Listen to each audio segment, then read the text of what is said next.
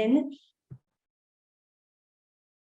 Hi everyone, my name is Hosanna Awe. I am studying in the second year at Department of Counseling Psychology and Guidance, Faculty of Education, Songkhla Ratchapat University. I am interested in observable theory of meaningful learning. That is why I wanna share all of you about my study. Today I will present David observable theory of meaningful learning. Let me share you my study. I study about applying David observable theory of meaningful learning. The objective of this study are to develop research skill and academic report writing, to study and understand the application of observable theory of meaningful learning, and to disseminate knowledge, education, and meaningful explication of observable theory of learning. We will talk about observable history. David P. Observable was born in 1918 and lived in Brooklyn, New York. He attended the University of Pennsylvania, had in a pre-medicine and psychology major. In 1973, he retired from a life of education to devote full time to his psychiatric pursuit. His main interest in psychiatry. In 1976, he received the Thorndike Award from the American Psychological Association. He retired from his professional life in 1994 to devote himself full time at the age of 75. Observable passed away on 9 July 2008. About type of learning.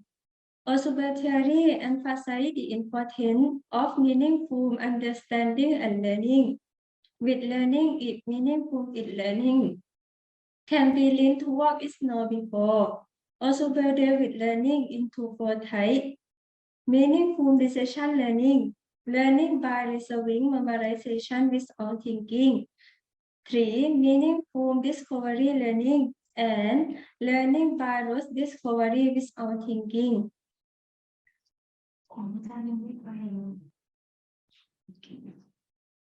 About F1 organization. Observable subject general principle include arranging information into categories and presenting a broad framework and principle before teaching new idea.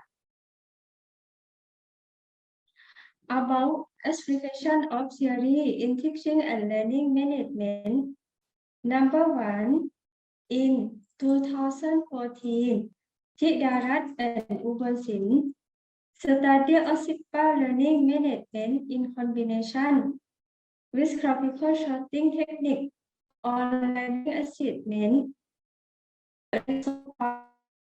Learning management with graphical planning technique. Academic achievement at 0.5 level. There are 3 studies in 2015. Number 1, Net Economy, study problem solving. Children study social skills of students in the subject of sacrifice, kindness, benevolence, and humanitarianism of students. The score after the first test was 71.63, and the mean score after the second test was 6 weeks apart was 71.53. Number 2, Suthinan, study compare academic achievement and learning attitude mathematics of fifth grade students taught by discovery-based teaching, method of using game, and teaching according to the teacher style. The result found. Students taught to game teaching better score than students who were self-taught. Number 3, Monchai, study develop elastin. Understanding of grade by student in daily economic using a broad, forward-looking presentation format. The result found learners has a significant increase in knowledge. The last study in 2016 come from Duanke and Panta. Study academic achievement of second year nursing student Barumara Chonani College. Osmosis by creating a meaningful learning management plan. The result found score after learning management significantly higher than before learning management at the 0.05 level.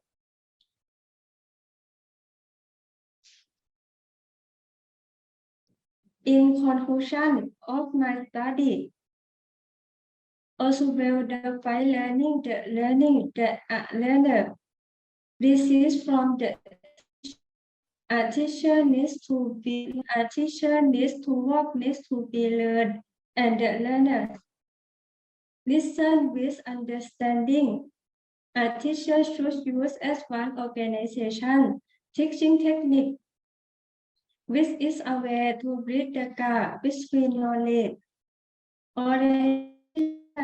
and new knowledge, aspired with the following steps. Organizing, sorting, and categorizing the information needs to be learned, and presenting a broad framework before learning new things. One organization is essential to help learners learn both meaningful research and meaningful discovery. Thank you, everyone, for being here today.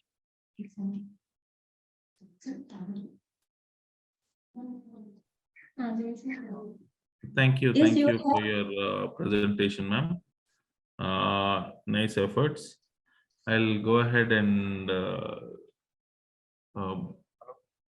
call upon the next presenter for the day. Hi, that is me, right? Pooja, yeah, let me share the screen. Yes, please.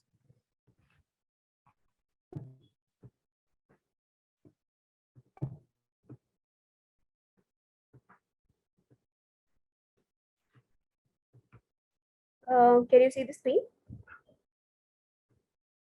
Yes, please go ahead. Go ahead. Okay, so the topic of my presentation is relationship between servant leadership and organizational culture, an empirical study in the airline services in India. So I'll start with the introduction of the study first, and why is this relevant to study servant leadership in the hospitality industry basically. So literature says that the notion of leadership is extremely examined and widely used topic, yet the compatibility of an appropriate leadership style in a specific culture or a context is still wrangled upon. And one out of the many leadership styles that exist, servant leadership is regarded as one of the significant domains which is yet to be explored, and it can prove to be advantageous for the overall health of the organization. Now, if you know about the organizations like Starbucks, Marriott, Southwest Airlines, Zappos, so they all have been practicing servant leadership for a long time. And two of the measures of servant leadership that have already been published are by Leiden and Sengia in the year 2008. Now, because these two scales of measures of servant leadership were already published long back, there were in literature there are close to 171 empirical articles and 26 conceptual articles which are already there. And Eva in 2019 in the literature review provided an all-encompassing evaluation of the concept of servant leadership, and Makarad also postulated a thorough synopsis of the literature sheathing the servant leadership. Now, but one of the important points that I got to know was, despite there's so much comprehensiveness in the concept of servant leadership, 77% of the research that exists in this area it's coming from the developed nations, and there's still a dearth of research in the developing countries. The fact was also reinstated by Russell, who confirmed that in front of more popular approaches of leadership, servant leadership is often an overlooked concept. And hence the above facts established a ground to delve for me to delve deeper and explore servant leadership style in the context of India. Also, this style, servant leadership, is particularly been highlighted to be effective in the hospitality industry in comparison to the other leadership styles, like transformational, charismatic, transactional. Because we would now that is something that I explored in this further paper. There are 16 measures of servant leadership that exist in the literature. Out of all the 16, 3 measures are given by Leiden and Senja and Diendorf, which are recommended by Eva. Leiden also pointed out that earlier organizational samples were from China, US, and Singapore, which was supported the validity of the global servant leadership scale, which is existed. However, this global servant leadership scale has never been validated in the Indian context before. So therefore, this was very interesting for me in order to understand would this particular scale be valid in the Indian context or not. That is why my research objectives of the study became one, to validate the servant leadership traits in the employees of the Indian aviation and hospitality industry using the global servant leadership scale. And second was to observe if the cultural values of an organization, they influence the display of servant leadership traits, and if these servant leaders in turn have any influence on the organizational outcomes, like for example, an organizational commitment. Now, how is servant leadership defined in literature?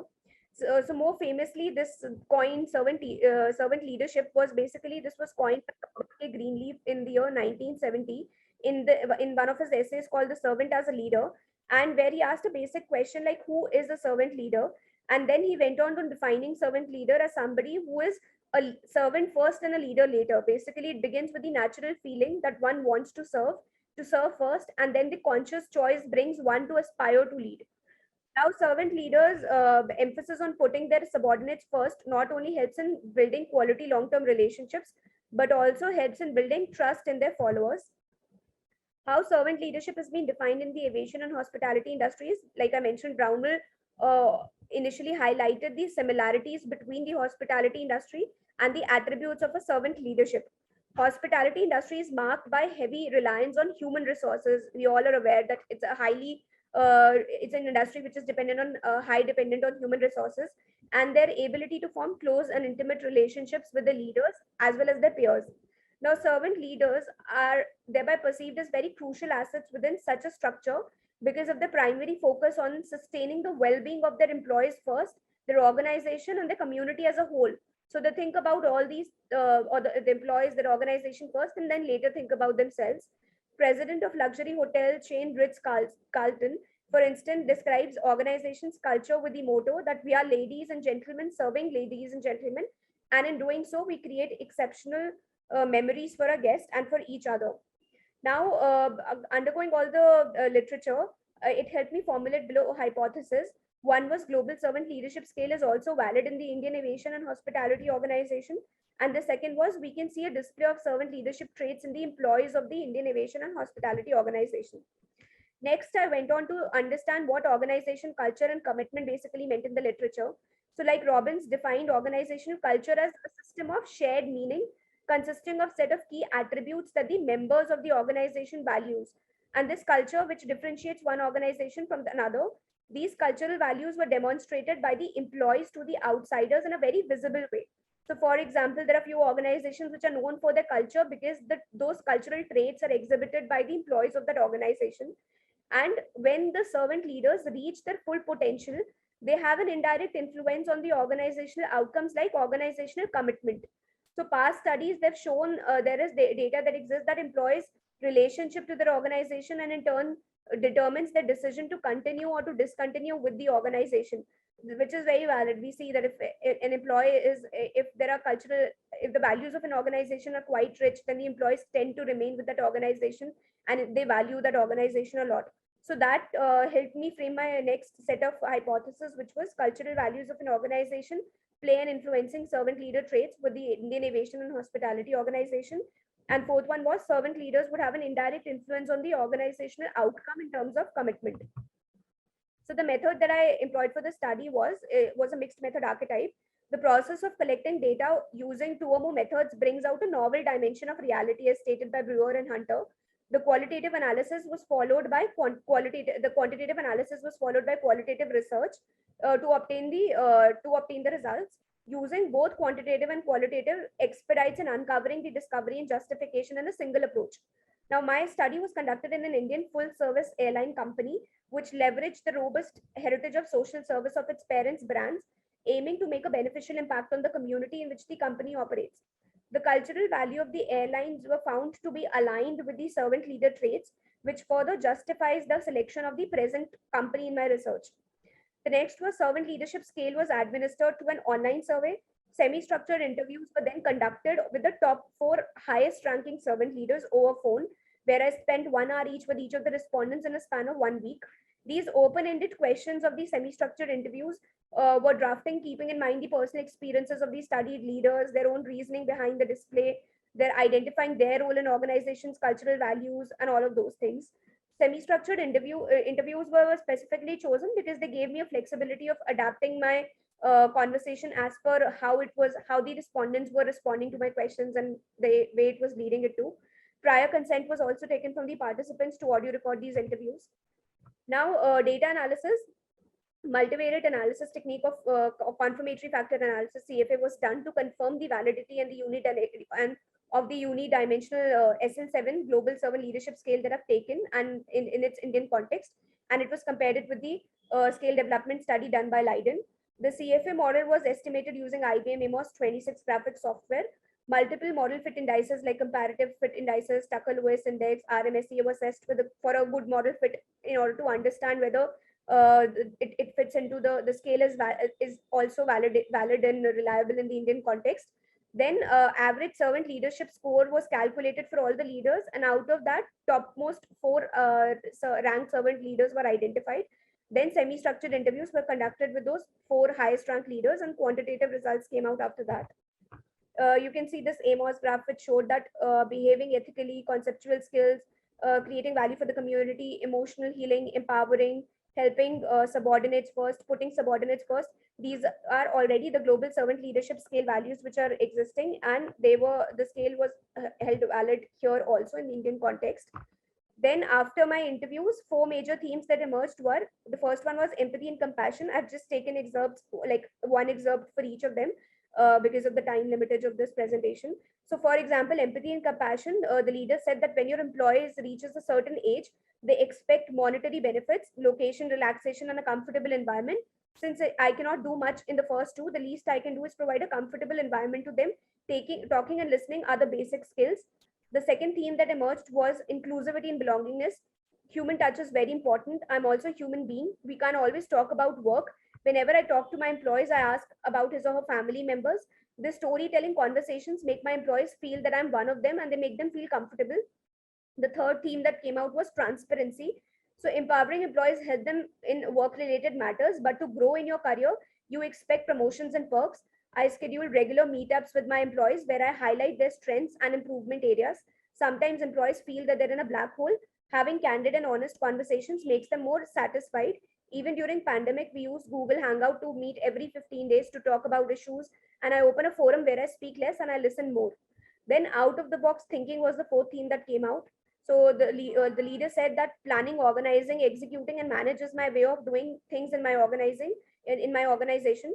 I identify all relevant training for my staff and myself and ensure we get upskilled with all the latest technologies. Have seen this this trend in my organization. So these were the 4 major themes that came out after conversing with these leaders. Now, this is one of the frameworks that I proposed after having conversation, proposed using the themes that emerged and the cultural values of the organization.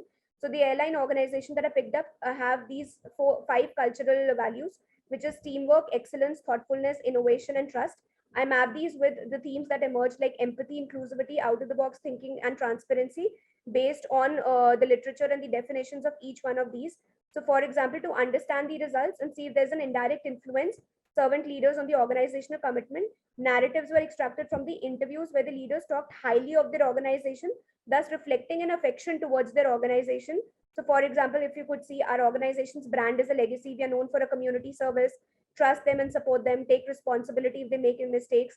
Our organization is known for our ethical culture, ethics is not just integral to my values, but to my organization. So in turn, all of these employees ended up talking highly about their organizations, displaying organizational commitment towards their organization.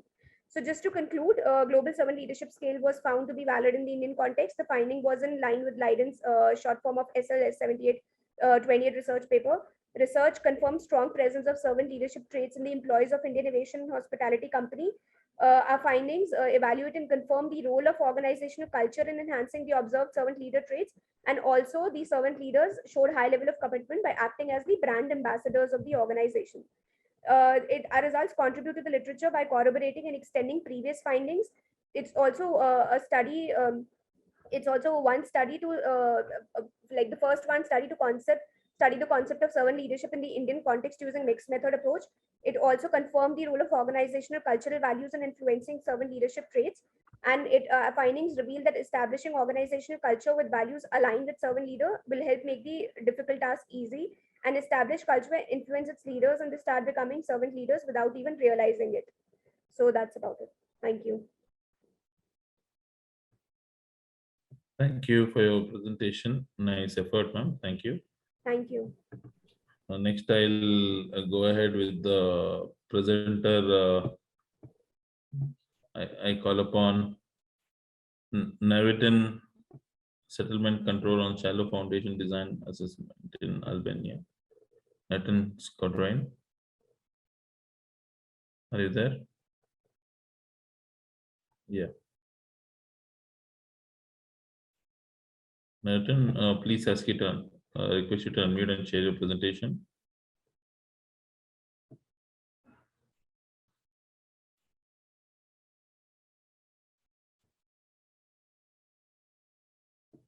If there are any technical difficulties, then we'll go ahead with the next presenter then. Manpreet Kaur Verma, do we have Manpreet Kaur Verma? Manpreet Kaur Verma.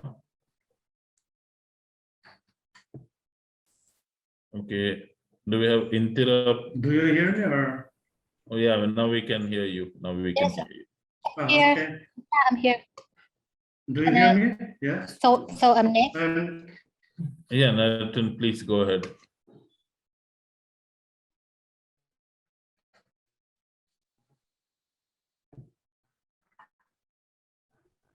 Yeah. Okay, thank you. Station. Okay. Okay. Do you see? Do you see my presentation or? Hello? Please go ahead. Please go ahead. There may be some network difficulties. We are not able to hear you much. Hello? Do you hear me? Yes, please go ahead. Yeah, go to the next slide. Okay, okay. My name is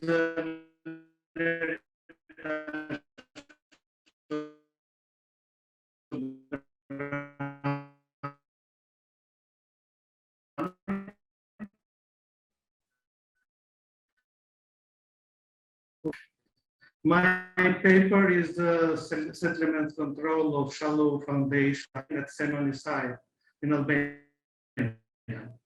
And the objectives of the paper are just to calculate the bearing capacity of square footings using some which are taken from in situ tests and also from laboratory tests.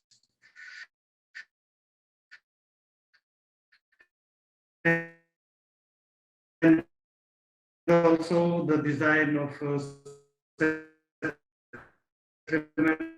curves for square footings for different dimensions of 10 capacity and settlements has been discussed, and some conclusions are found. Here it is shown the Semani site, which is located in the western part of the Semani of the Albania. And also we can see the site construction site. This place we have carried out 3 boreholes, carrying out also the STT test and also 1 CPTO test, and all of them boreholes and penetration test has a depth of up to 30 meters. In case when obtaining the undisturbed sample is difficult, in this case, institute test methods like standard penetration test and cone penetration test can be a solution for getting the soil parameters. And in this paper, in this case, also cone penetration test. Standard penetration test is a well-known test, and it is carried out according to IASTEM standard. And the aim of the test is just to find the n value, which is called the field value. The field value of standard penetration test, but in our calculation, we have used the corrected value of CPT, and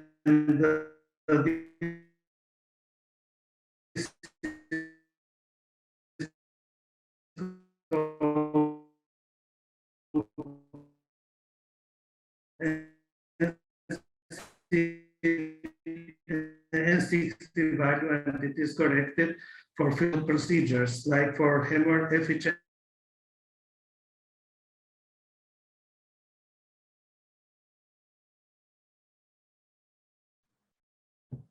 Thank you for your presentation. Maybe some technical issues in your side, I believe. Not an issue. We'll just go ahead with the next presenter. Intira, please share your presentation.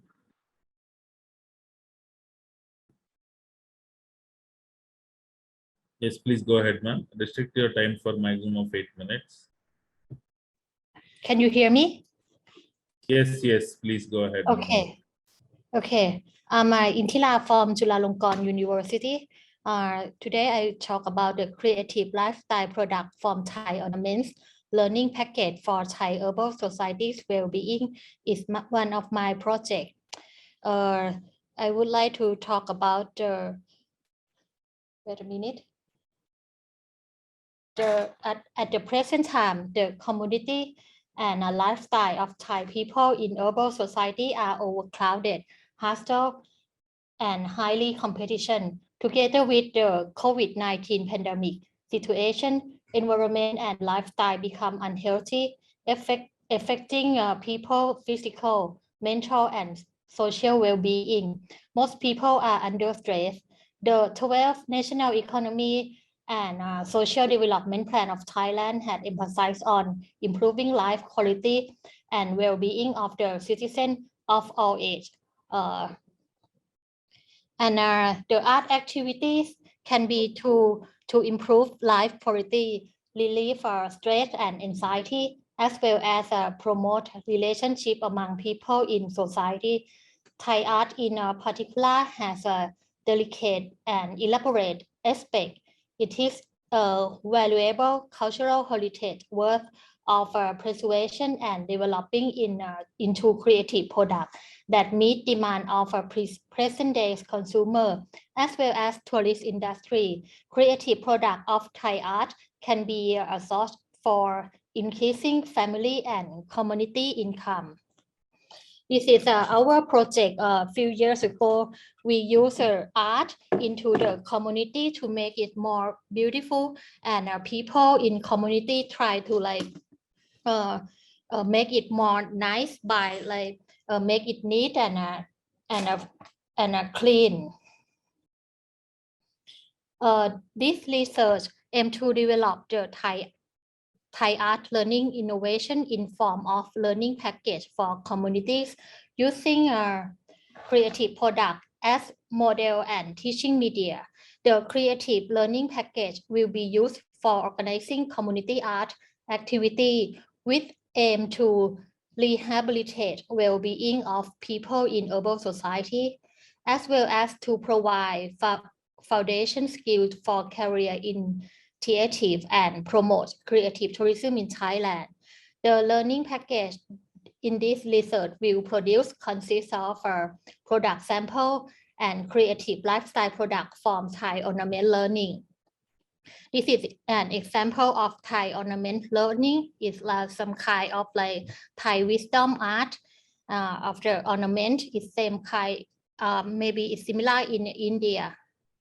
The target group of this research are people from 4 communities near the Chulalongkorn University in Bangkok, Thailand. These communities are slum areas that are really crowded, and they live like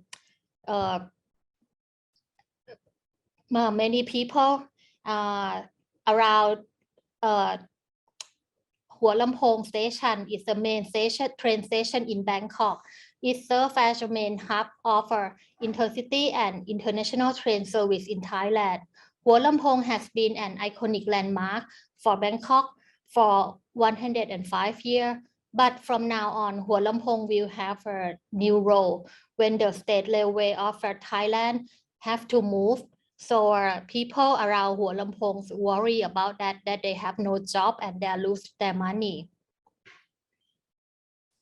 The activity will be evaluated through questionnaire and interview with the participant and community leader. The result will be analyzed and consequently used improve the learning package to be a model of extending the research result and delivering to other organizations that run activity for society well-being. The research method was to first collect the data from both visiting the communities around Chulalongkorn University. Second, design and creating lifestyle product as a model of teaching media package. Third, trial creative lifestyle product learning package. And fourth, analysis and summary. This is some general information of the respondent. We asked about what product they interest to be like commercial in their community. They say that 47% they are interested in bag, and after they interest in a fashion product. And we went to a visual environment survey in the communities and Hua Lamphong train station area that try to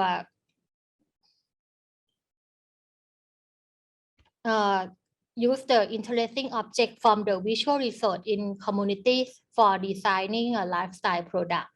To the observation, there are some different in concept of many communities around Hua Lamphong and Chulalongkorn University in terms of location aspect, cultural and social aspect, and the occupation aspect.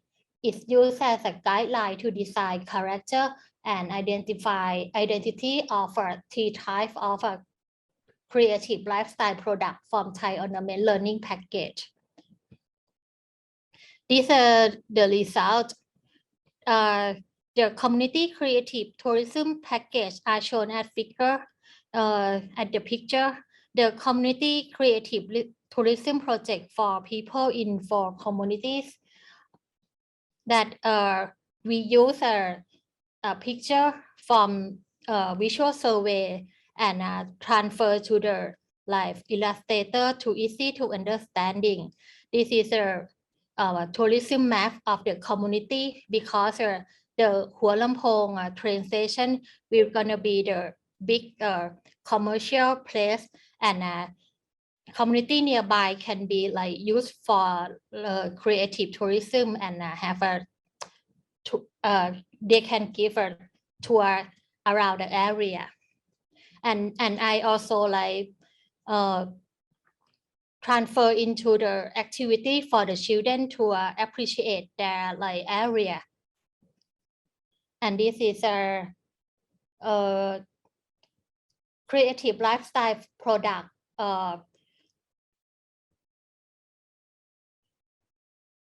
This is a community creative new normal healthcare package for understanding how to use the character and identity of the community for designing healthcare product. I use as a sticker, and they can design their own product like an alcohol spray and some kind that are like include in the new normal healthcare. And this figure, the community creative souvenir package for understanding how to use character and identity of the community to designing the souvenir. I use the example with the bag, and we can use to the t-shirt and something else. In conclusion, creative lifestyle product from Thai Ornament Learning Package for Thai urban society well-being can be a tool to improve life quality, relieve stress and anxiety, as well as promote relationship among people in the society. Thai art in particular has a delicate and elaborate aspect. It is valuable culture heritage worth for preservation and developing into creative product that meet demand of present-day consumer, as well as tourist industry. Creative product of Thai art can be a source for increasing family and communities' income and provide foundation skill for career initiative and promote creative tourism in Thailand. Thank you. Thank you for your presentation. Nice work, and the presentation is also so creative, and we can go as we gone through it. It was very nice and very nicely presented. All the background and the work and the research work was very nice, very good work. We can see the work that has been done. A very nice presentation. Thank you. Thank you. Well, now next I call upon Sanjeev to present. I'm there, sir. So, can you see my slide now? Yeah, please go ahead. Okay, sir. This I will see the camera. So, thank you, sir. And thank you, sir. And so, the today's presentation will be analyzing the asymmetric impact of monetary policy on inflation. So, this is the evidence from the India.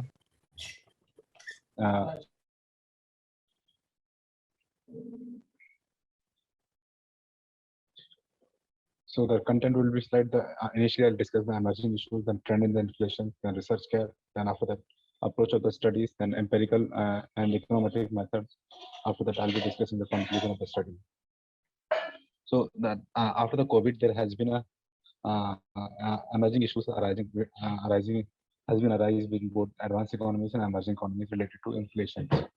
So that reason was due to the excess money supply constraint and other external shocks. That was like a war between Ukraine and Russia has led to rise in the inflation rate across economies.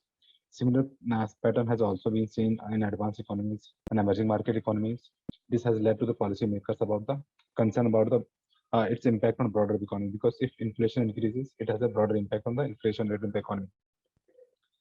Overall, it negatively impact the real activities. So thus, all the advanced economies like USA, Australia, UK, including emerging economies, have increased the policy rate to counter the inflation rate.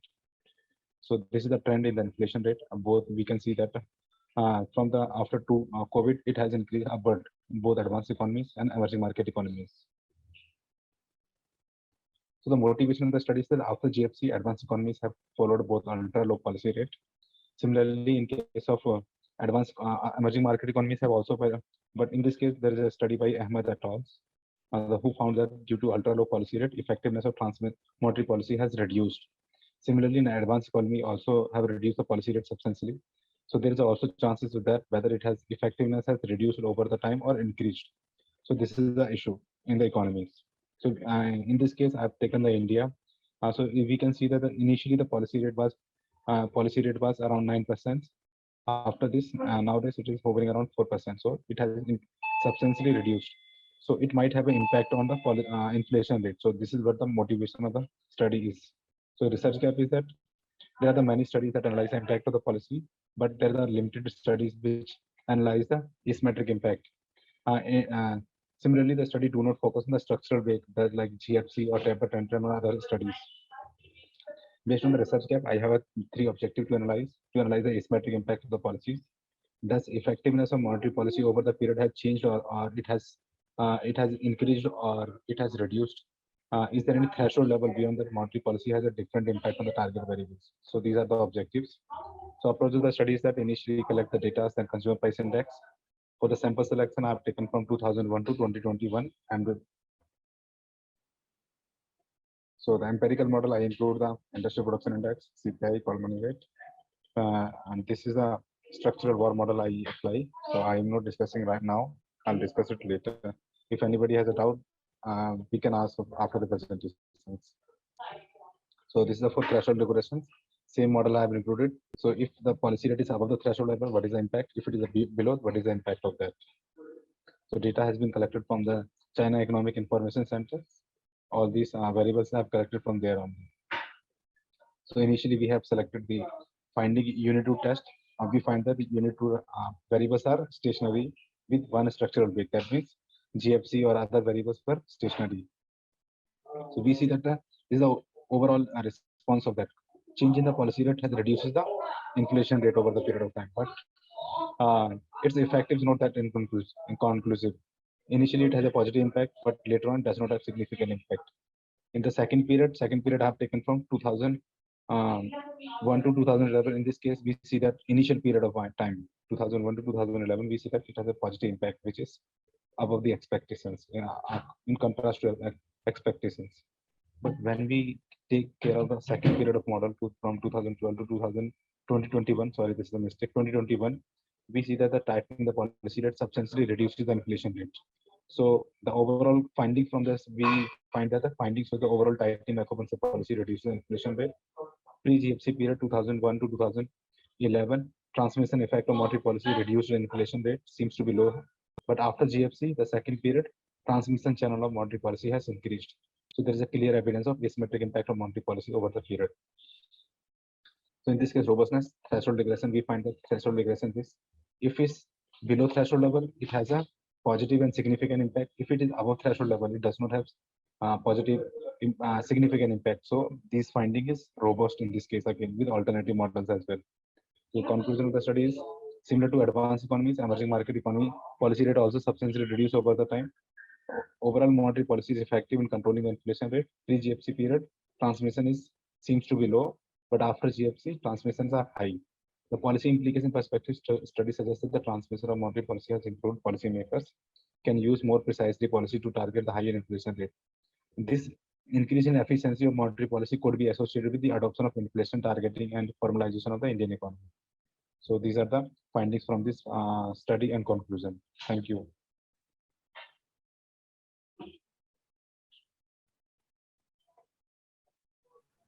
Thank you, Sanjay, for your wonderful presentation.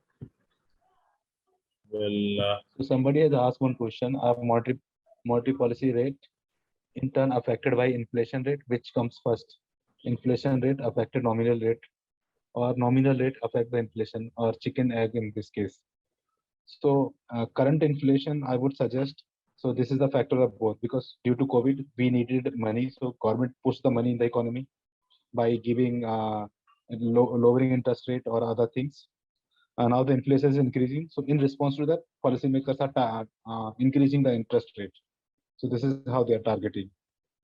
So this is a business economic cycle. Initially it was down, then they were pushing interest rate. They were pushing into lower territory. Now the inflation is high. They want to control the inflation rate. Anybody else?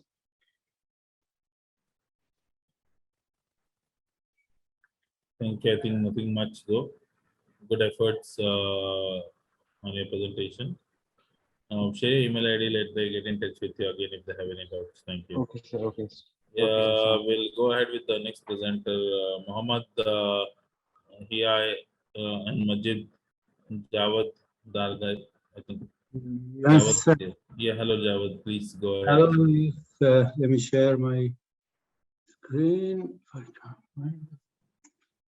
And also in the meantime, how many presentations are left if you can just mention your paper ID out here in the chat box, right? I can just we can just plan accordingly and try to wind it up by 5:15. So request you to type your paper title and name of the presenter also in the chat box by the time Javad presents. Thank you. I see there's a little problem here just now.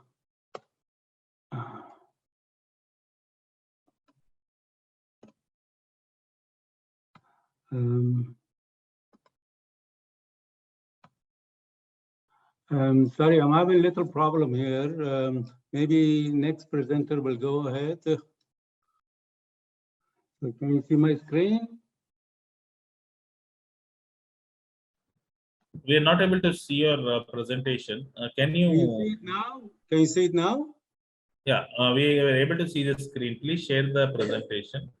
Okay, so I am Yeah, you sharing. can stop the share screen and then share the screen where the presentation is highlighted. Okay. Can you see it now?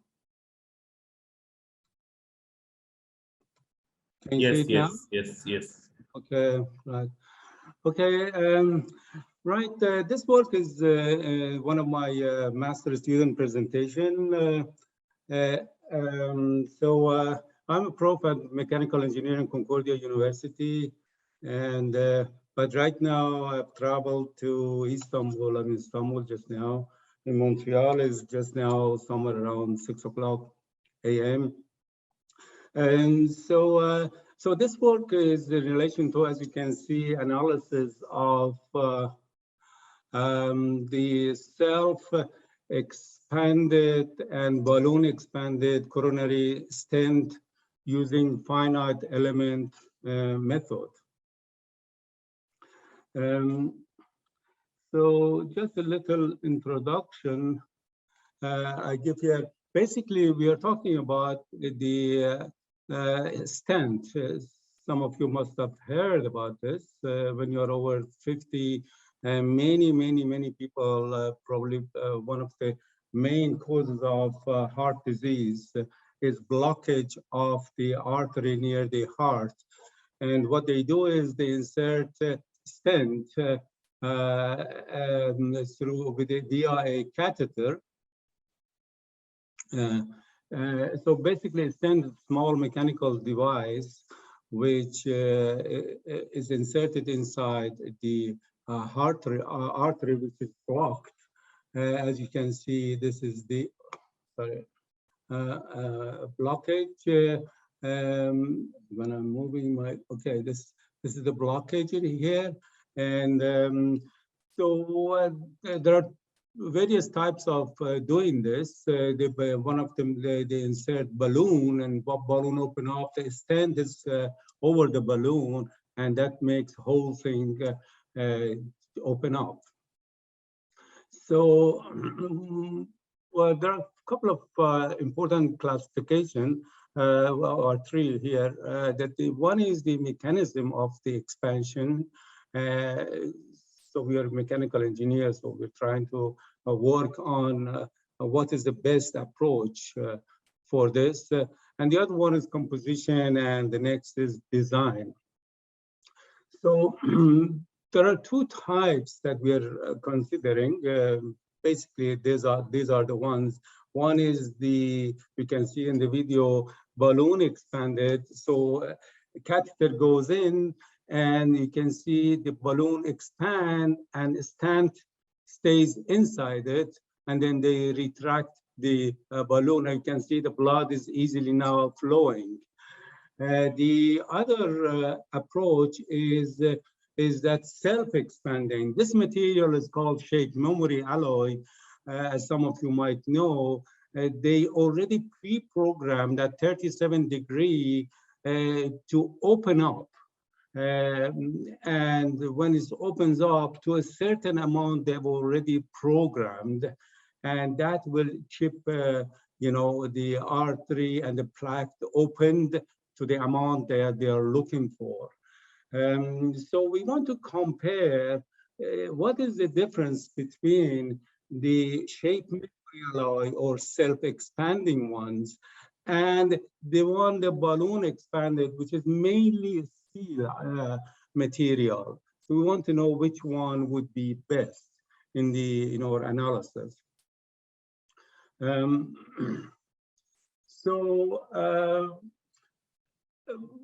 The second point is the composition of these materials that goes inside. So the composition are mainly compositions are mainly stainless steel and cobalt and platinum.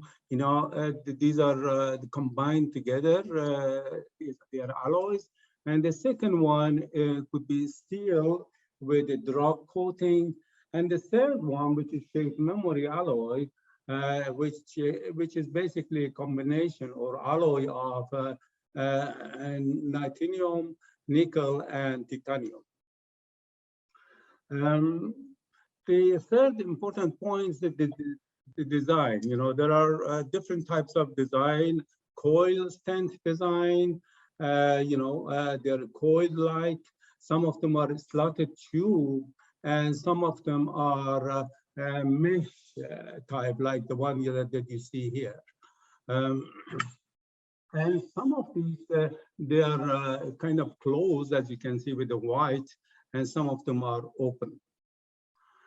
So the important thing as mechanical engineering point of view is, when you are compressing this stand, what would be the radial strengths? In other words, the load that you're applying to compress or even expand the stand.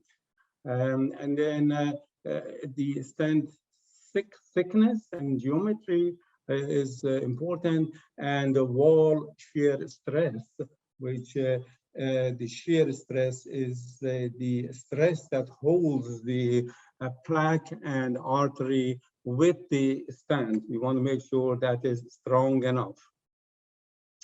So there has been some past work. Because of the lack of time, I don't want to go through it. There has been some past work in this area, on the fatigue analysis and coil, and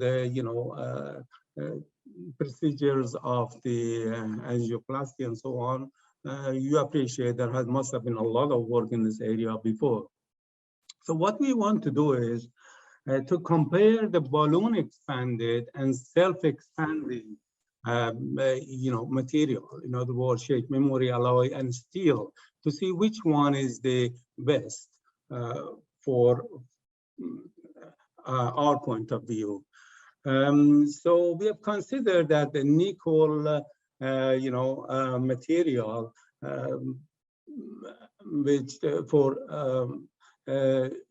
material that we've used for stand is nickel alloy material, and that we've considered as obviously super elastic material. Because it's it is shape memory alloy. Also, stainless steel we have considered for balloon expanded, and arterial wall. We have to consider the load that we apply to arterial wall and the plaque. We have considered those material, as we appreciate, as hyperelastic material. Which these assumptions are correct. It's not just to be clear, this is how they are.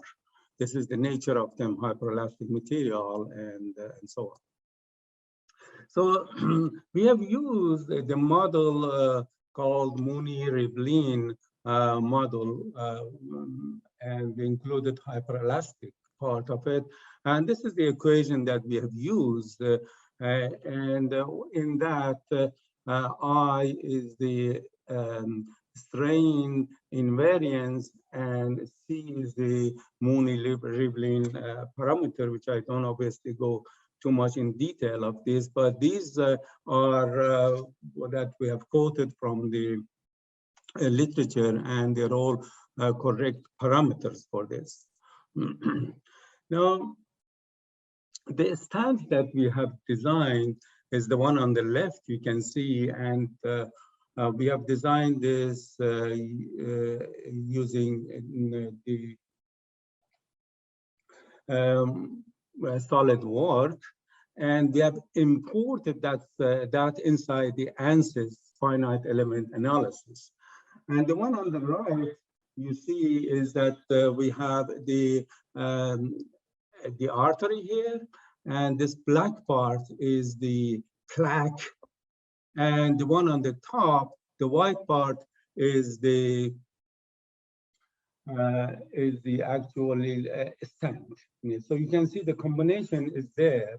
So we are trying to apply load and to see how flexible and how sustainable they are while you are ballooning or while you are applying stress through the shape memory alloy. We want to know which one is the best in the combined situation.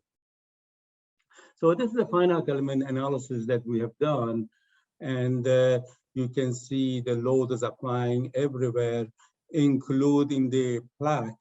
The yellow one is the plaque, and also a stand is this one is the stand. So these analyses give us some clue of the combination of the plaque, artery, and the stand, which one is more sustainable for the load application. So the result shows that the one on the top left is the stainless steel. You can see that the deformation of stainless steel is less than the maximum deformation is 0.1077, whereas the maximum deformation for the shape memory alloy is 0.16. So you can see it's higher. In other words, modulus of elasticity of the shape memory alloy material, which is nitinol, is higher. In other words, it is more flexible for the given applied load. So therefore, we conclude that nitinol is more flexible than stainless steel so that it can sustain the load, so it doesn't crack in the long term, for a given load. The nitinol material is much better than stainless steel. So therefore is also, we have also found a uniformly expand for uniformly actually expand. So these are for self-expanded, a system, which the shape memory alloy is part of it. So conclusion, as I said, is that shape memory alloy is better than the stainless steel for this study.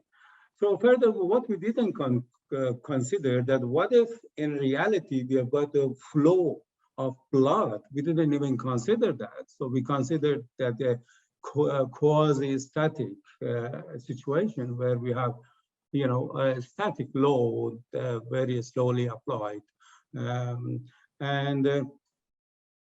So therefore we have to consider that the homodynamic, around the stand. So we haven't really considered the real scenario where the blood is flowing everywhere and so on.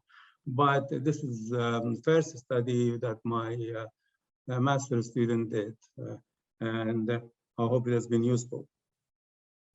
Thank you. Thank you, Jawad, for your wonderful presentation, sir. It was a great, topic to listen to and understand also. Nicely presented. I would like to get in touch with you. Please share your email ID. So we'll see how the next type of research can be collaborated and taken forward. Thank you. Thank you, Mr. Chair. Thank you very much. Thank you. Thank you.